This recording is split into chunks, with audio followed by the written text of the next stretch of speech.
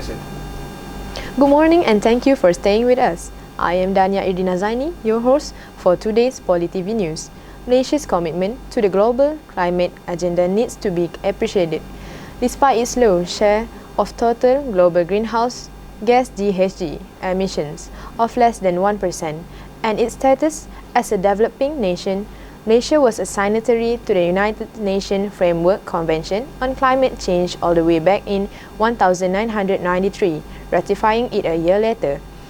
And since the late 2000s, Malaysia has taken several steps to address climate change at the federal level, most recently through to its newly launched National Energy Policy. Moreover, last year, Malaysia strengthened its climate ambition by announcing its strongest nationally determined contributions and NDCs to date.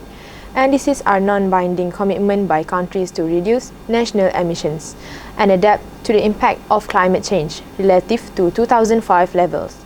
Malaysia now aims for an unconditional reduction in the economy-wide carbon intensity of GDP by 45% by 2030. A step up from the previous target of a 35% reduction. The updated NDCs also feature expanded coverage of GHGs from 3 gases to 7. Roughly 80% of Malaysia's GHG emissions come from its use of energy. It is usually much more difficult to reduce emissions from, say, agriculture, industrial processes, or waste.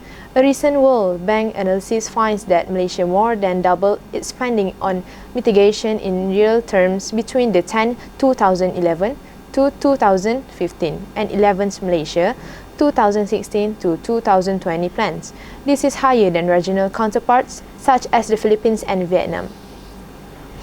Adequate financing for renewables and energy efficiency measures has also played a role in Malaysia exceeding its target. Despite its Malaysia energy efficiency targets being higher than the most other Asian countries, Malaysia has seemingly set the right wheels in motion with regard to mitigation, but what has worked well in the past may not work as well in the future. Moreover, hydro and solar power are location dependent, a factor which constrains the ability to continue scaling up clean power generation at least at historical rates. It is striking that even though Malaysia is the third largest producer of solar panels globally, and despite falling costs of solar technology globally, adoption rates in Malaysia remain low. One technical reason is that while Malaysia is hot, it does not receive enough solar irradiance or sunlight. Indeed, Malaysia's sunlight intensity is only slightly higher than the seasonal average in the United States, while high temperatures also adversely affect the efficiency of solar panels.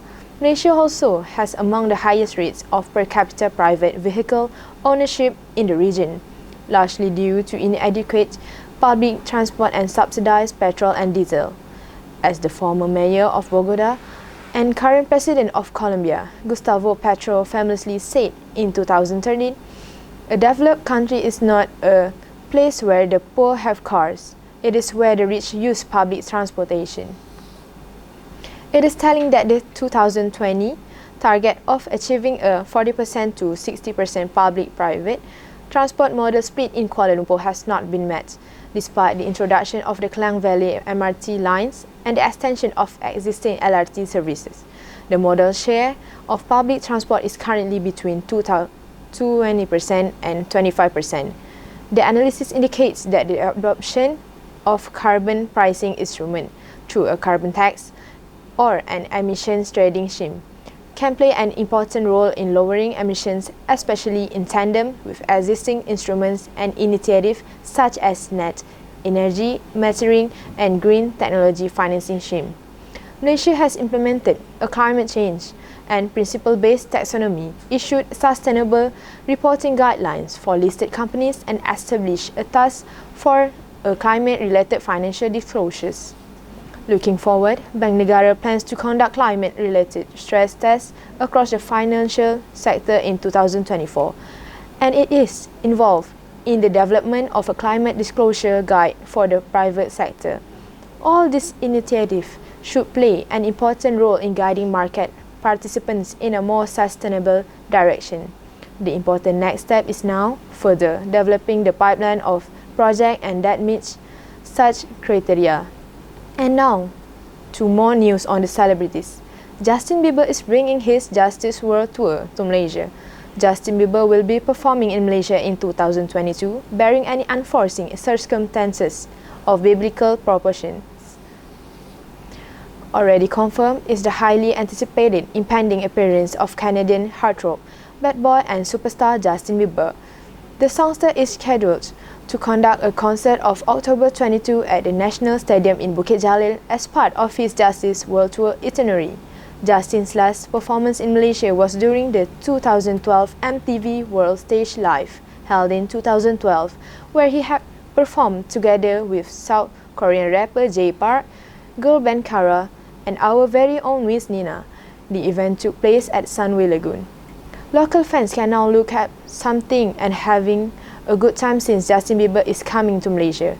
The COVID-19 has impacted people worldwide, and this can be a great opportunity to link up with your friends and family and relive Justin Bieber's best hits over the years. Tickets for now start at 288 ringgit for the cheaper seat up to 2,088 ringgit for the Ghost VIP package. Fans still need to wait patiently before they can book themselves a spot at the highly anticipated concert, as tickets for the concert only goes on sale 31st March at 11 a.m.